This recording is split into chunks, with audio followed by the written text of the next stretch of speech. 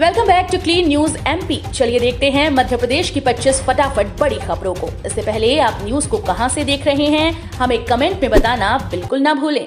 साथ ही हमारे Facebook page को भी फॉलो करें। फेसबुक पेज का लिंक डिस्क्रिप्शन में दिया गया है। एमपी के 35 जिलों में ये सुविधाएं शुरू। रिन्यूअल में देरी पर 1000 पेनल्टी। मध्य प्रदेश के ड्राइविंग लाइसेंस धारकों के लिए काम की खबर है। परिवहन विभाग ने ड्राइविंग लाइसेंस संबंधित कुछ नियमों में बदलाव किया है। इसके तहत अब 35 जिलों में ड्राइविंग लाइसेंस संबंधी 5 सेवाएं ऑनलाइन शुरू हो गई। वहीं ड्राइविंग लाइसेंस रिन्यूअल में देरी पर 1000 पेनल्टी लगेगी। वहीं परिवहन विभाग ने डुप्लीकेट ड्राइविंग लाइसेंस की फीस 200 रुपए और बढ़ा दी। दरअसल मध्य प्रदेश परिवहन विभाग ने आगर मालवा में ट्रायल के बाद अब परमानेंट ड्राइविंग लाइसेंस का नवीनीकरण, डुप्लीकेट लाइसेंस बनवाना, लाइसेंस में पता बदलवाने समेत 5 ऑनलाइन व्यवस्थाएं भोपाल, ग्वालियर, उज्जैन और सागर समेत 35 जिलों में शुरू कर दी हैं। आज शनिवार से शिक्षक पात्रता परीक्षा। हर केंद्र पर जयमार उम्मीदवारों के लिए ये रहेंगे नियम। Madhya Pradesh professional examination board के द्वारा आज 5 मार्च से प्राथमिक शिक्षक पात्रता परीक्षा शुरू होने जा रही है, जो कि 26 मार्च तक चलेगी, लेकिन होली और रंग पंचमी की छुट्टी रहेगी। खास बात यह है कि प्राथमिक शिक्षक पात्रता परीक्षा वर्ग 3 भोपाल समेत 16 शहरों में होगी। परीक्षा के लिए एडमिट कार्ड जारी कर दिए गए हैं। उम्मीदवार आधिकारिक वेबसाइट पर जाकर डाउनलोड कर सकते हैं। ये परीक्षा ऑनलाइन मोड में आयोजित की जाएगी और लगभग 10 लाख कैंडिडेट्स शामिल होंगे। इंदौर में महंगी होगी प्रॉपर्टी, क्योंकि गाइडलाइन में इतनी फीसदी बढ़ोतरी का प्रस्ताव। प्रदेश में आगामी 1 अप्रैल से गाइडलाइन बढ़ाने की तैयारी है। इसके लिए इंदौर समेत सभी 52 जिलों ने बढ़ोतरी का प्रस्ताव तैयार कर लिया। प्रस्ताव जल्द ही जिला मूल्यांकन समिति के समक्ष रखा जाएगा। प्रारंभिक तौर पर प्रस्ताव का अध्ययन करने के बाद कलेक्टर ने गाइडलाइन वास्तविक बाजार मूल्य और विकास कार्यों के अनुपात में बढ़ाने का फरमान जारी किया, जिसके अनुसार विभाग ने महानगरीय निवेश क्षेत्र, मध्य क्षेत्र में स्मार्ट सिटी एरिया और नए विकसित हो रहे क्षेत्रों में 25 से 30% बढ़ोतरी प्रस्ताव तैयार किए हैं। वहीं सरकार ने रियल एस्टेट से भर रहे खजाने को देखते हुए जहां जरूरी है वहीं गाइडलाइंस बढ़ाने का फॉर्मूला तय किया। इस बजट में दिखेगी आने वाले चुनाव की झलक। इस तारीख को खुलासा होगा। 7 मार्च से शुरू होने वाले बजट सत्र में 9 मार्च को शिवराज सरकार बजट पेश करेगी। इस बजट में चाइल्ड बजट के साथ ही धार्मिक योजनाओं को बजट भी होगा। इस बार मध्य प्रदेश की शिवराज सरकार का बजट कई मायनों में खास होने वाला है, क्योंकि अगले साल 2023 में विधानसभा चुनाव हैं। कई राजनीतिक पार्टीज अपने अपने मुद्दों और वायदों के साथ अभी से सक्रिय हो रही हैं। विधानसभा का बजट सत्र 7 मार्च से शुरू होगा। यहाँ 25 मार्च तक चलेगा। इस दौरान 13 बैठकें होंगी। राज्यपाल ने बजट सत्र बुलाने की अधिसूचना जारी कर दी है। 19 दिनों तक चलने वाले इस बजट सत्र में सरकार और विपक्ष के बीच हंगामे के आसार हैं। मध्य प्रदेश में हेरिटेज मदिरा का होगा पेटेंट। आदिवासियों को ही मिलेगा माइक्रो डिस्टिलरी का लाइसेंस।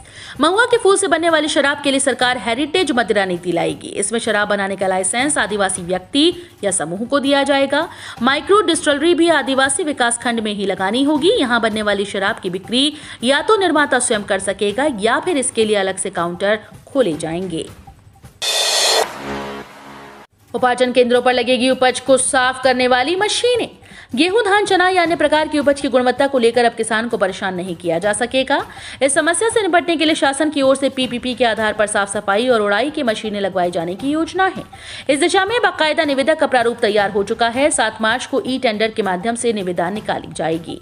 खेत खलिहान से गहाई के बाद किसान फसल को लेकर उपार्जन केंद्रों पर पहुंचता है, लेकिन अक्सर देखा जाता है कि उपार्जन केंद्रों पर किसान की फसल को मिट्टी, कचरा या भूसी की वजह से लेने से इनकार कर दिया जाता है। इसके बाद किसान को अनेक तरह से शोषण और परेशानी का शिकार होना पड़ता है। सोसाइटीज में बैठे लोग किसानों की इस कमी का बेजा फायदा उठाते रहे हैं। हवाई सेवा। मार्च अंत में ग्वालियर, धर्मशाला, नए टूरिस्ट धार्मिक स्पॉट पर फोकस। टूरिस्ट और धार्मिक स्पॉट पर हवाई सेवाओं से सफर करने का रुझान ग्वालियर से सामने आया। यही कारण है कि निजी विमान कंपनी मार्च के अंत में ग्वालियर से धर्मशाला के लिए हवाई सेवा की शुरुआत कर रही है। लंबी दूरी के इस स्पॉट के लिए हवाई सेवा शुरू करने के बाद सफर आसान हो जाएगा और यात्री भी मिलेंगे। अभी ट्रेन और सड़क मार्ग से बहुत ज्यादा समय लगता है। धर्मशाला के साथ ही निजी विमान कंपनीज का फोकस अब टूरिस्ट स्पॉट और धार्मिक स्पॉट पर ज्यादा है। इसके लिए शहर के हवाई सेवा को उपयोग करने वाले विभिन्न वर्गों से विमान कंपनीज की सेल्स टीम ने संपर्क किया है। परीक्षा रिजल्ट की आड़ लेकर विभाग अध्यक्ष और ओएसडी के बदलने की प्रक्रिया रुकी। बरसों से देवी अहिल्या विश्वविद्यालय की अध्ययनशालाओं में विभागाध्यक्ष और मूल्यांकन केंद्र में ओएसडी एक ही जगह पर जमे हुए हैं। इन्हें बदलने की प्रक्रिया रुक गई है। लापरवाही के चलते 2 महीने बाद मामला फिर से ठंडे बस्ते में चला गया। रोस्टर को लेकर विश्वविद्यालय गंभीरता से पालन नहीं करने में पीछे है। अधिकारी के मुताबिक मई बाद इन लोगों को बदला जाएगा। तर्क ये दिया जा रहा है कि मार्च और मई के बीच परीक्षा और रिजल्ट घोषित करना है, उसके बाद रोस्टर का पालन किया जाएगा। मध्य प्रदेश में 17 लाख किसानों ने समर्थन मूल्य पर गेहूं बेचने के लिए कराया पंजीयन। मध्य प्रदेश में न्यूनतम समर्थन मूल्य पर गेहूं बेचने के लिए 17 लाख किसानों ने पंजीयन कराया। पंजीयन कराने की अंतिम तिथि 5 मार्च थी, लेकिन किसानों की सुविधा को देखते हुए इस 5 दिन बढ़ाकर 10 मार्च कर दिया गया। उधर पूर्व मुख्यमंत्री कमलनाथ ने कहा कि पंजीयन की प्रक्रिया को जटिल करके किसानों को परेशान किया जा रहा है। आधार से बैंक खाता और खसरे को लिंक कराने के लिए उन्हें परेशान होना पड़ रहा है। इनकी वजह लाखों किसान अब पंजीयन नहीं करा पाए हैं। पिछले साल 22 लाख किसानों ने समर्थन मूल्य पर गेहूं बेचने के लिए पंजीयन कराया था। केंद्र सरकार ने कटनी में स्टार्टअप ट्रेनिंग सेंटर खोलने के दिए 50 लाख रुपए। अधिकारियों ने स्थानांतरित कर दिया जबलपुर। युवाओं में स्वरोजगार और उद्यमिता की ललक और ज्यादा बढ़ाने के लिए भारत सरकार द्वारा एस्पायर योजना में कटनी में 1 करोड़ 32 लाख रुपए की लागत से लाइवलीहुड बेस्ड इंक्यूबेशन सेंटर आजीविका आधारित प्रोत्साहन केंद्र की स्वीकृति दी गई। इसके लिए 50 लाख रुपए नोडल एजेंसी मध्य प्रदेश लघु उद्योग निगम को दे भी दिए। जानकर ताज्जुब होगा कि इसके बाद अधिकारियों ने इस केंद्र को कटनी में खोलने के बजाय जबलपुर में स्थानांतरित करने का निर्णय ले लिया। मध्य प्रदेश लघु उद्योग निगम के प्रबंध संचालक विशेष गढ़पाले बताते हैं कि कटनी में स्वीकृत लाइवलीहुड बेस्ड इंक्यूबेशन सेंटर को जबलपुर स्थानांतरित किया जा रहा है। खाद्य तेल में 32 रुपए प्रति लीटर का उछाल, अभी दाम और बढ़ेंगे। मध्य प्रदेश में खाद्य तेलों की कीमतों में उछाल आ गया है। सोयाबीन तेल के एक प्रमुख ब्रांड का 1 लीटर का पैक 128 रुपए में आ रहा है। अब इसकी कीमत 160 रुपए हो गई। इस तरह 32 रुपए प्रति लीटर की बढ़ोतरी दर्ज की गई। अन्य प्रमुख ब्रांड्स और लोकल ब्रांड के तेल भी महंगे हुए। सबसे बुरी बात यह है कि तेलों के दाम अभी और भी बढ़ने की आशंका जताई जा रही है।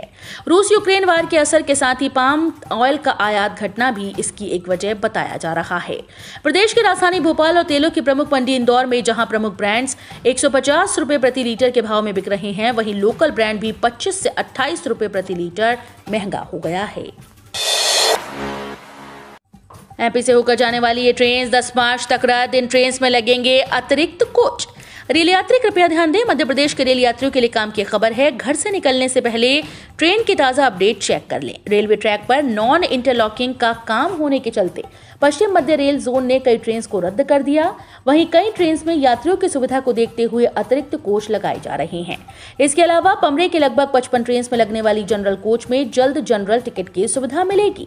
जबलपुर मंडल की 27 ट्रेन में 128 जनरल कोच, भोपाल मंडल की 16 ट्रेन में 71 जनरल कोच और कोटा मंडल की 12 ट्रेन में 55 जनरल कोच में जनरल टिकट देकर सफर कर सकेंगे।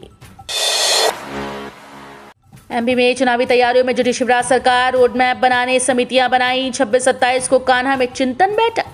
मध्य प्रदेश में 20 महीने के बाद होने वाले विधानसभा चुनाव को लेकर शिवराज सरकार ने तैयारियां तेज कर दी। प्रदेश के विकास के लिए मंत्री समूहों की समितियां बनाई गई। साथ ही इसी महीने 26-27 मार्च को मंत्रिमंडल की चिंतन बैठक आयोजित की गई।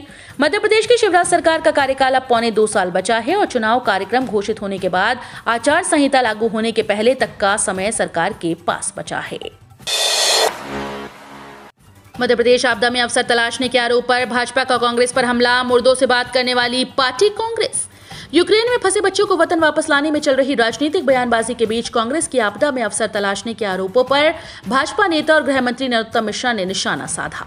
उन्होंने कांग्रेस को मुर्दों से बात करने वाली पार्टी बताया। मिश्रा ने कहा कि मध्य प्रदेश के 454 बच्चे यूक्रेन में थे, जिनमें से 304 वापस आ चुके हैं। जो 154वां है, उनसे सरकार व उनके अभिभावकों का लगातार संपर्क बना हुआ है। गृह मंत्री मिश्रा ने कहा कि दिग्विजय सिंह और कमलनाथ देश को बदनाम करने का कोई मौका नहीं छोड़ते।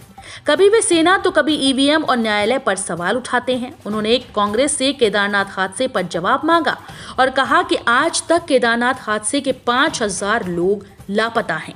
मिश्रा ने कहा कि कांग्रेस केवल ट्विटर और फेसबुक पर चल रही है।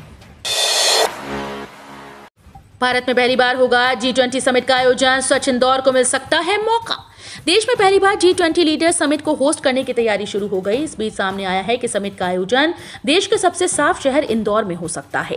विदेश मंत्रालय के 4 वरिष्ठ अधिकारियों का एक प्रतिनिधिमंडल प्रतिष्ठित शिखर सम्मेलन की बैठकों कार्यक्रमों में से एक को आयोजित करने के लिए जगह का पता लगाने के लिए इंदौर पहुंचा है। बीजेपी के इस ऐलान को कांग्रेस ने बताया शर्मनाक, ट्वीट कर यूक्रेन क्राइसिस से जोड़ा। मध्य प्रदेश में भाजपा और कांग्रेस के बीच अक्सर सियासी बयानबाजी चलती रहती है।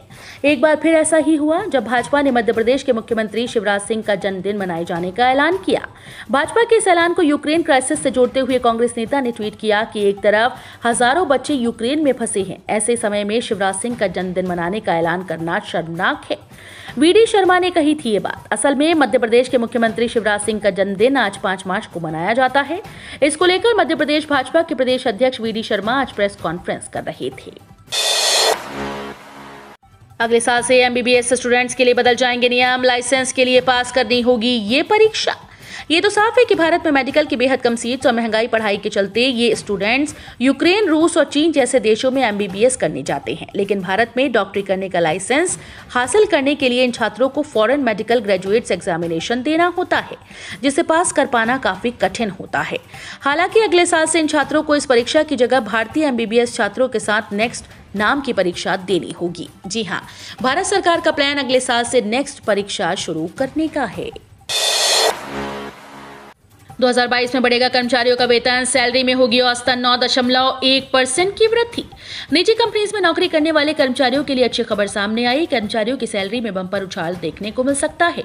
एक सर्वे के मुताबिक 2022 में भारत में कर्मचारियों के वेतन में औसतन 9.1% की बढ़ोतरी की जा सकती है। ये जानकारी work force and increment trends survey 2022 में सामने आई, जिसे डेलाइट टॉर्च तोहमात्सु इंडिया के द्वारा कराया गया। मीडिया रिपोर्ट्स के मुताबिक डेलाइट टॉर्च तोहमात्सु इंडिया LLP द्वारा 2022 के वर्कफोर्स और इंक्रीमेंट्स ट्रेंड्स ने सर्वे किया, जिसमें सामने आया कि भारत में निजी कंपनीज में 2022 में औसतन 9.1% की दर से वेतन वृद्धि हो सकती है। नागपुर नहीं, अब सतपुड़ा ऑरेंज के नाम से बिकेगा मध्य प्रदेश के छिंदवाड़ा का संतरा। देश भर में महाराष्ट्र के नागपुर की पहचान ऑरेंज सिटी के रूप में है। नागपुरी संतरे नाम से देश विदेश में हर साल करोड़ों रुपए का कारोबार होता है, जबकि इस पहचान को स्थापित करने में छिंदवाड़ा के संतरा उत्पादक किसानों का अहम योगदान रहा। लिहाजा अब अपनी मेहनत, अपनी पहचान की दिशा में काम किया जा रहा है। केंद्र की एक जिला एक उत्पाद योजना के तहत प्रशासन छिंदवाड़ा के संतरे को सतपुड़ा ऑरेंज नाम दिया है और पहचान के लिए लोगो तैयार करवाया जा रहा है। आइकॉनिक वीक में होंगी स्पर्धाएं, दिखेगा हुनर। जबलपुर आजादी का अमृत महोत्सव पर क्षेत्रीय कार्यालय जबलपुर में मार्च 14 तक आइकॉनिक वीक मनाया जा रहा है। इस अवसर पर भविष्य निधि सदस्यों के लिए विविध कार्यक्रम और गतिविधियां आयोजित की जा रही हैं। 8 मार्च को अंतर्राष्ट्रीय महिला दिवस पर कार्यालय के द्वारा विशेष आयोजन किया जाएगा। राकेश सहरावत क्षेत्रीय आयुक्त ने बताया कि 8 मार्च अंतर्राष्ट्रीय महिला दिवस पर महिला कार्यबल का मूल्यांकन, सशक्तिकरण और महिला कार्यबल को विशेषता की अनुभूति कराना विषय पर विचार मंच का आयोजन किया गया है। आधा सिलेबस होने के बाद ST/SC के विद्यार्थियों को मुफ्त किताबें बांटने की आई याद। 2021-22 सत्र के 5 महीने और आधा सिलेबस पूरा होने के बाद उच्च शिक्षा विभाग को अनुसूचित जाति, अनुसूचित जनजाति के विद्यार्थियों की याद आई। विभाग ने इन विद्यार्थियों को मुफ्त किताबें बांटने का विचार किया। अभी ऐसे छात्र छात्राओं की विभाग के पास कोई जानकारी है। इसके लिए सरकार कॉलेजेस से इनकी सूची मांगी है। खास बात यह है कि महीने भर के भीतर स्नातक पाठ्यक्रम की परीक्षा शुरू होने वाली है। 20 सत्र में प्रदेश सरकार से निर्देश मिलने के बाद विभाग ने इन विद्यार्थियों को मुफ्त किताबें देना तय किया। इसके लिए 14 जनवरी को पुस्तक चयन समिति बनी और 18 जनवरी को पहली बैठक रखी गई। प्रवेश और शुल्क नियामक समिति के अध्यक्ष डॉक्टर रविंद्र कोनहेरे को प्रमुख बनाया, जिसमें 7 अन्य सदस्य भी हैं। कोरोना की चौथी लहर से पहले घातक हुआ ओमिक्रॉन, अब 2 अजीब लक्षणों का शिकार हो रहे लोग। कोरोना वायरस का खतरा अभी टला नहीं है। बताया जा रहा है कि कोरोना एक बार फिर से घातक रूप लेकर लौट सकता है और चौथी लहर का कारण बन सकता है। ओमिक्रॉन के सब वेरिएंट BA.2 को घातक माना जा रहा है और इसमें कुछ लक्षणों का पता चला है। कोरोना वायरस के मामले बेशक कम हो रहे हैं, लेकिन खतरा टला नहीं। SARS-CoV-2 वायरस 2 वर्षों के दौरान काफी विकसित हुआ। पहले अल्फा, बीटा, डेल्टा और ओमिक्रॉन ने तबाही मचाई, लेकिन अब ओमिक्रॉन के सब वेरिएंट BA.2 को चिंता का कारण माना जा रहा है। जापान में एक लैब में हुए अध्ययन में पाया गया कि BA.2 अपने मूल रूप ओमिक्रॉन यानी BA.1 की तुलना में अधिक तेजी से फैलने वाला है। ऑस्ट्रेलिया के पूर्व क्रिकेटर व दिग्गज स्पिनर शेन वॉर्न का निधन। मशहूर क्रिकेटर और ऑस्ट्रेलिया क्रिकेट टीम के दिग्गज स्पिनर रहे शेन वॉर्न का 52 साल की उम्र में निधन हो गया। शुरुआती खबरों के अनुसार उनके निधन का कारण संदिग्ध दिल का दौरा बताया जा रहा है। वॉर्न के प्रबंधन ने ऑस्ट्रेलियाई मीडिया आउटलेट फॉक्स स्पोर्ट्स को दिए एक बयान में पुष्टि की थी कि थाईलैंड के कोह समूह में एक संदिग्ध दिल का दौरा पड़ने से उनका निधन हो गया। CBSE CISCE टर्म 2 परीक्षा पर बड़ी अपडेट, डेटशीट जारी, मार्किंग स्कीम, सैंपल पेपर की नवीन लिस्ट। देश भर में जल्द ही CBSE CISCE 10वीं 12वीं टर्म 2 परीक्षा आयोजित की जाएगी। इसके लिए जल्द ही डेटशीट जारी की जाएगी। वहीं टर्म 1 परीक्षा के रिजल्ट जल्दी जारी कर दिए जाएंगे। वहीं council for the Indian school certificate examination ने ICSE और ISC सेमेस्टर 2 बोर्ड परीक्षा के लिए समय सारणी जारी कर दी है। कक्षा 10 और 12 के छात्र परिषद की वेबसाइट CISCE.org से संबंधित समय सारणी की जांच और डाउनलोड कर सकते हैं।